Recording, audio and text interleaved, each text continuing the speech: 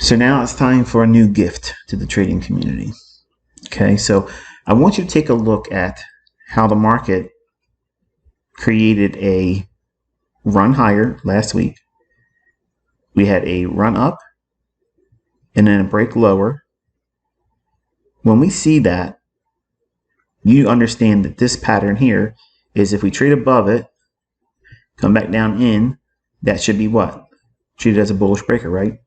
Not when we're in trend continuation. We're in trend continuation. I want to see the low, high, lower low, and then the next day, if we rally through it, like we do here, so here's Monday's trading.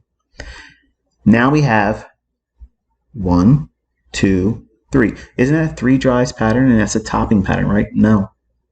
No. What did I say this morning? We're not trying to call tops. So anyone that would have saw this as a 3 drives pattern here, or 3 Indians pattern if you're a reader of Street Smarts books, which is, in my opinion, one of the better books out there. But that's not a 3 drives pattern. That's not a 3 Indians pattern. Okay? It is a setup for those individuals that want to use that idea. So one of the things that I codified in my algorithm is if there is a opportunity for the market to continue higher or lower, everything I'm going to show you here, just reverse it. But since I'm bullish, and I told everybody I was bullish, I was looking for a drop in. Drop into what? We'll get to that. That price level up there, 16,028.75. Absolutely random. No. If you look at the price range from the low to the high, this is a breaker. But there's something specific about this breaker that we have to know and then use it slightly different. Low, high, lower low. This stops out longs. So longs are now no longer allowed to be participants of the next energetic price leg higher. I am not requiring price to trade in a normal sense with the breaker. I want to look for something different. This low up to this high, that is the standard measurement for projection on targets. So if this was a classic breaker, we would use the low to the high. And the lower low that goes below this low here, that sets the tone for the pattern as a breaker. But for swing projections, for targeting purposes, all we're doing is taking the low to the high, 1 standard deviation. That's what we're looking for. 16,028.75. I think it went 1 handle above it. Is that precise enough for you? We're going to go a little bit beyond that now. This is my ICT Reaper inversion fair value gap. Yes, I know it's a badass name, I know. A Reaper inversion fair value gap is when you're inside of a breaker, you're going to cut through candles because we are not supply and demand, folks. I can't stress this enough. This is one of those lessons where you can look at folks on the internet that try to say I rebranded stuff, or I call supply and demand something different, or I complicate it. Folks, there is nothing like this anywhere else. Okay, I wanted to create and codify a method to go in and capitalize on, number 1, precision, 2, take advantage of shifted sentiment, and go under the radar of everybody else out there. That's what my Reaper does. It's devastating. It's absolutely devastating because you don't see it coming, but it's right there. Price run leaves a fair value gap in the lower portion of this price run. Okay, so it's the first leg of the bullish breaker. The fair value gap must be in a discount relative to that low to that high. You see it here? Between here and here. That's a discount. The discount is being measured on this basis, the low to high.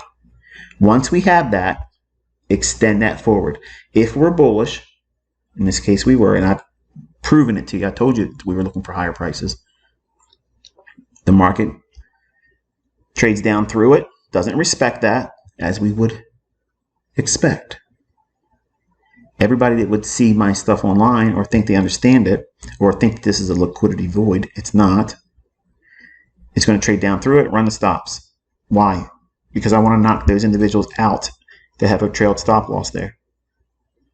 And then the market rallies on Sunday and the Monday. Takes out the high. Now, everyone that wants to use my breaker, they get punished here too. They're not going to be able to go in here and go long. And also, the traders that are using this as a bull flag, they're going to get punished. Now, I know if I was just to say all these things right here, this would have been like, oh, this is cherry picked. You're form fitting, you're doing this, you're doing that. I said it this morning before the market even got to 8 o'clock. It's 7:43 this morning, New York local time. I want to see it drop down into what? Monday's range. Here's midnight on Monday, New York local time, to Monday's high. Measure that. The best fills for getting long is going to be at equilibrium or higher. Except when my Reaper exists in price action. Cut through all these candles and go right there. We see it drop down. And then bang, that right there, that signature there, that's what I was looking for this morning. Because it was respecting all through here, and go right back there. Folks, this is proof that my algorithm refers back to candlesticks, highs and lows that you would never otherwise know. Where's the support and resistance idea? With all this, you're going to go right here, right? You're going to take that high and draw it out in time. Wonderful. But I've already told you, classic support and resistance is only confirmed if it has one of my fair value gaps. And look what it has right there. Consequent encroachment of that Reaper right there. But if you want to know, and you want to have all the details that I'm making available to the trading community at large, these are the things that I've codified. A Reaper is a fair value gap in a discount of the impulsive price leg of a bullish breaker. Reverse it. A bearish ICT Reaper inversion fair value gap would be a bearish breaker that would have a fair value gap in the premium side of the impulsive price leg. So all of these things are completely reversible, but the context is you have to have a bias. There has to be some kind of retail idea that would lure traders in. Well, we have here, bull flag. It drops down in to what? The previous day's range. Now look at the bodies respecting 50% of the previous day's range. See that? Remember, the wicks do the damage. That's the Reaper's job. And then that little signature right there tells me it's done, it's going to go higher. I'm entering on that candle. The buy side about sell side inefficiency, we see it trade down into that. Use that as first presentation or first utilization rather, and it rallies up into a level, and then we get the drop down right there. That candle validates it. Next candle, entry. Then it draws down into this bit of business here, where we have this should act as an inversion fair value gap. It's validated right there. See how it closes below it? So now this is going to become an inversion fair value gap. We have now this sell side imbalance, buy side efficiency, which is bearish. We want to see price utilize that. So now we have two nested fair value gaps. Okay. When you have that and it's part of a breaker, okay, that is a variant of a Reaper. Okay. Real nice. This is just basically the opposite of what I did the other day. I was using the same premise, nested first utilization, and then the other fair value gap will oppose that. So you're getting both sides of the equation here. Buy side imbalance, sell side efficiency. When we're bearish, it should treat it as inversion fair value gap. And this first utilization is sell side imbalance, buy side inefficiency. So when price goes back up to it, it should be bearish. Now, because of the volatility, I'm allowing for a little bit of discrepancy, okay, coloring outside the lines. Okay, it's reasonable to allow for it because I told you the volatility was going to be off the chart. And I made a concession that while I was in the trade, I annotated. You watch it in the recording if you go on X and see it. I said that, with all this in here, it could come up here and take that short-term high and then wilt and go lower. That's kind of what I was looking at. And you can see here, it might sweep this minor buy side, then drop more. Okay, so I was bearish in here. I was allowing for the run up here. My stop was nowhere near that. You can see it in the execution and the management. And then we made one more time trading below it here with that close below the inversion fair value gap. So now again, we have a second qualification and validation for this inversion fair value gap. Do we get confirmation? Yes, we get a wick up to and a little bit through the midpoint, which is here. Okay. But it then trades up the consequent correction of the fair value gap there. So two things are occurring, but only with a wick.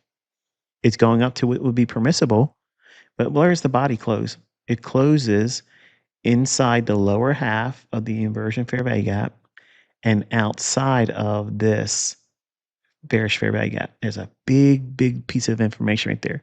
The next candle should give you immediate feedback that you're on side.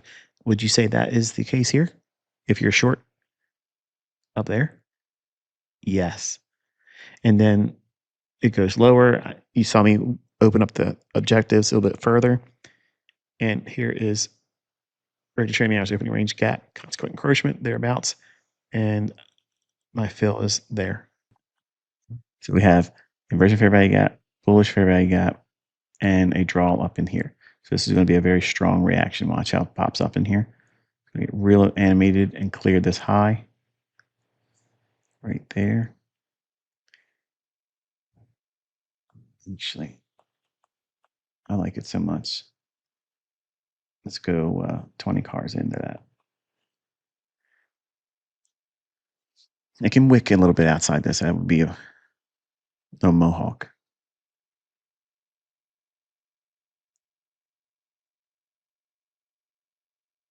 Watch how sharply this reverses and climbs back outside of the upper half of this.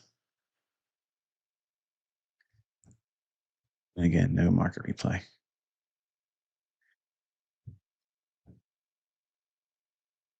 Note where the body is. See that? Inside that inversion fair value gap. Now this candle has to do a lot of work to go higher and not lay a body below the previous candle's wick low. It's this right here. No body below that. This wick is showing its control over price. See how we didn't even touch it? So a body below that is problematic. I don't think they'll need to go for this sell side. So this candle needs to get busy going higher.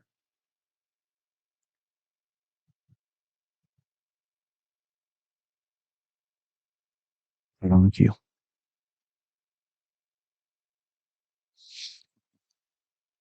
How does this guy do it?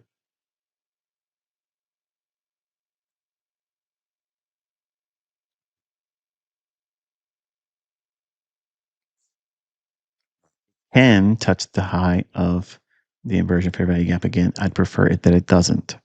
I want to see it run, take out that high here without touching the orange area again. So minor buy side is here.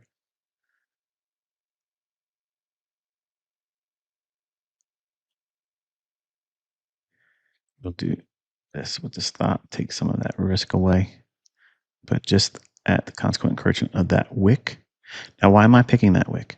Because above that wick, coming back down in, if it's not going to come for the sell side, it's going to go for inefficiencies. If there isn't any inefficiency below the inversion fair value gap that I've noted, and the bullish fair value gap in blue, pardon me, then the next PD rate is this wick. So it's consequent encroachment is a barrier or boundary for price action. No need for gimmicks. No looking at how many people bought or sold at a particular price level. It's just very simple. It's very visual, and it's flawless. It gives you every bit of the information you're looking for. And look at that. That's what I want. I want to see energetic run above that right there. So we want to see it trade up into that orange box area and pay me out a nice little reactionary run, reaching out to the target of where I thought that price would retrace up to. Before any meaningful short could be considered, it has to get up into that orange area first. And it doesn't necessarily mean I'm going to get short today. This means that at least I'm patting myself out, starting the week out with something that's, pretty handsome. All right, since we did that, what I'm going to do is I'm going to see if I can.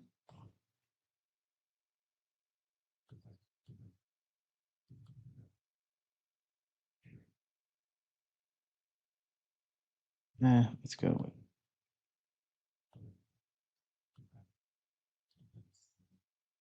sell 15, leave 5 on for a runner in the event that it goes a little bit deeper into the area there. So if we look at the consequent correction of that daily volume imbalance to the low, if we measure that,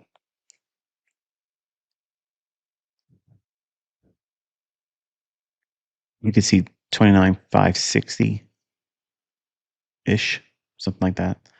So if I can get a ride to that, or at least higher than where I'm going to take the limit order off there, that would be fun.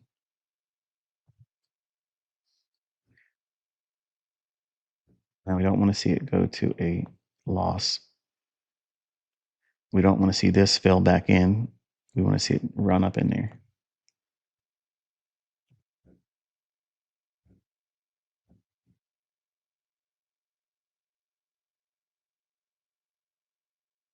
Real close. Okay, now it's touched the low of that daily volume imbalance, which is what we wanted to see last night's, or was it last night or yesterday? I don't recall what time I posted that video on YouTube. A little bit more. Come to daddy. Come on. Come on. Don't you just hate it when it does that? It gets real close to your limit order and says, not yet. Not yet. Come on, get up here. Come on. Pop it up here. Let's go. A little bit of dog whistle action. Come on. There you go. Look at that. It's almost like I know what I'm doing. All right. So now what I'm going to do is I'm going to layer like that. So let me sell one right there. Oops. I'm sorry. I don't have the execution showing. Sorry. All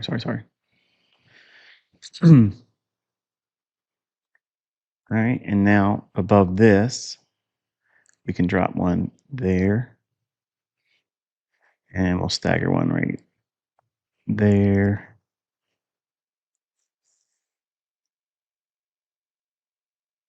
Now, I don't want to see it come back immediately for that volume imbalance. I don't want to see that, because if it's in a hurry to get back to that inefficiency, that's kind of a little less bullish.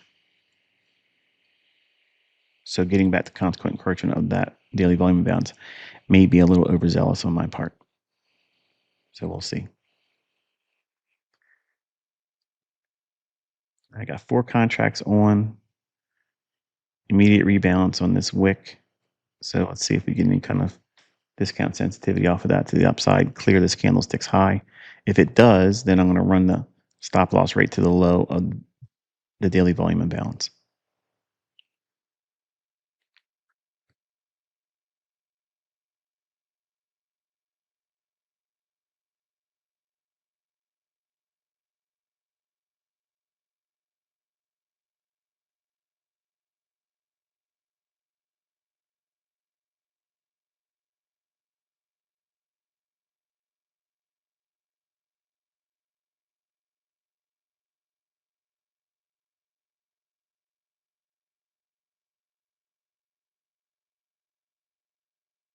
Good. Run up higher. It's cool.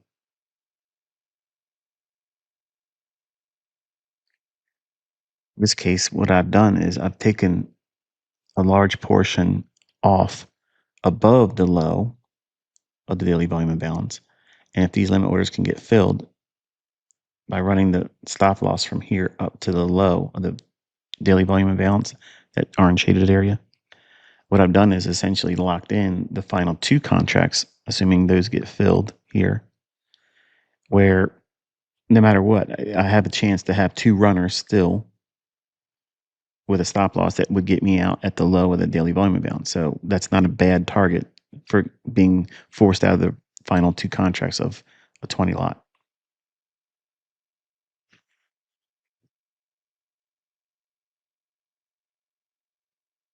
I hope they can see it run here. It's already spent too many candles without going higher, so it needs to start running higher.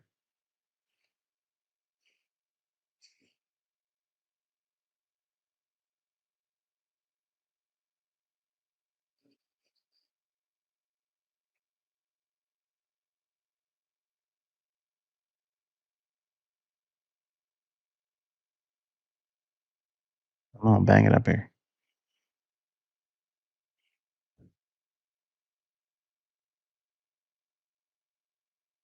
Righty then.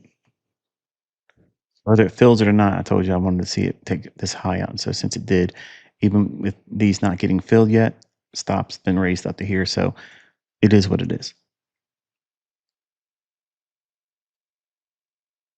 No sense of giving back good money. There you go. One more partial's been taken. Again, no market replay. Come on, send it up there to daddy. Let's go. Come on, come on, come on. Get it up there. You touch the price. Come on, give it to me. Come on now. Come on. Come on. I'll take one off on that type of price action there. I wanted to see it. I'll take another one off. So now I have the limit and the stop. I'll take the limit off and the stop's on still. So I just want to see how far this thing will go. I don't want to put a finite closure to it just in case it does run away a little bit higher. You can see all the business here I gave you.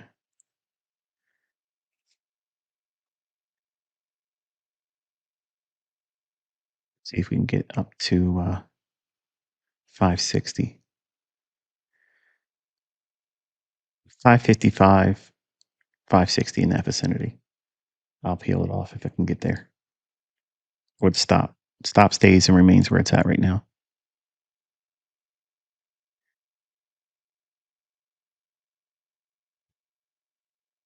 So you see how the nested areas of two qualified areas for discount sensitivity, down close displacement, trading back above that, that gives us inversion fair value gap. And then we had the buy side and balance sell side efficiency there.